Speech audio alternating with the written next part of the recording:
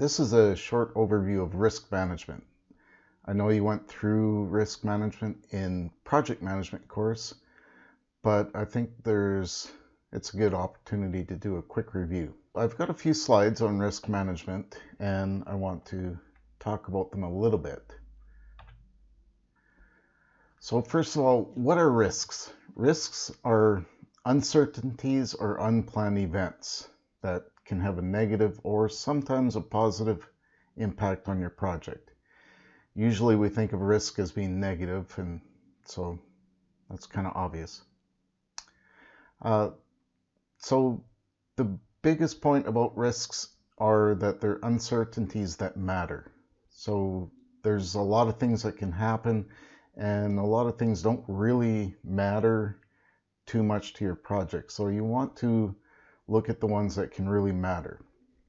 Okay, those are risks. Now, risk management, that's the process of identifying, visualizing, and doing something about the risks, either to manage them, to prevent them, to recognize them. So that's the management part. So a few things about risk management. One is that it's proactive. You stop and you think about what could go wrong, what could happen before you get into that part of the project. And it reduces surprises. It sometimes gives you leverage to put some plans in place that'll take advantage of a risk. For example, if you're running an event and you have a risk that it's going to be too popular and it's going to overwhelm your food service, then maybe that's an opportunity to bring in bigger or better food service to look after that event. So when you think about what could happen and plan for it, that's risk management. And of course, it improves the chance of success in your project. This is from ISIL, I think 13,000. There's a reference on the last slide. But they've come up with a somewhat standardized way of going about risk management. And they've identified some steps. So first you identify your risks, then you analyze them, and I'll get into that in a minute.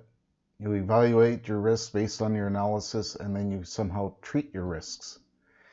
And this is a kind of a standard structure that's been adopted, and it's been changed, and it's been reimagined by a lot of different organizations. So you're not maybe going to see these exact same components, but you're going to see the same sort of trend. So here's some questions, and this is the way ISIL goes about it. They say, okay, first, what are we trying to do? What's our project? Or what in the project are we trying to do? What could go wrong? Which of these things are most important? So a lot of things could go wrong, but you want to look at the ones that you really could or should address. What should we do about it? And then you go circle back around and you say, okay, did that work? Did something change because of that? Are there new risks that we need to look at? So with my event example, if you bring in different food service people, that's changing the way you're going to run your operation, and that could bring in new types of risks. Now here's a very popular structure for doing risk analysis. What most organizations do is they assess how severe or how important a risk is, and they assess how likely is it for it to happen. So the bottom left in the green, where we have things that are very unlikely, and even if they did happen, they wouldn't really matter much. And then in the top right in the red, things are very likely to happen and they're very severe if they do happen. So that's a red flag. So there's a lot of different ways of doing this kind of analysis, but essentially you're looking at how likely is the risk and how severe or how important is the risk. And after you somehow quantify it, then you're putting it in some sort of visual format that your organization can understand. And here's some risk response development. So you mitigate the risk, you avoid it, you transfer it, and you retain the risk in some cases. And you control your risks.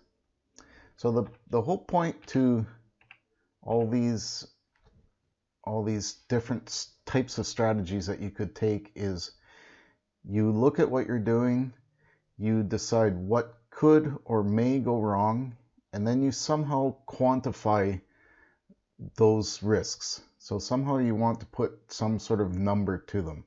So this is a category 5 risk or a category 5 storm. Weather forecasting assesses risk on storms. So somehow you quantify something based on your experience, on intuition, on whatever you have.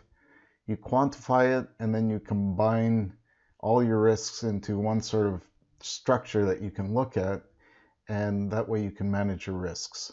That's what risk analysis is all about. Like I say, there's a lot of different ways to go about it, but they all basically follow the same approach. Okay, thank you.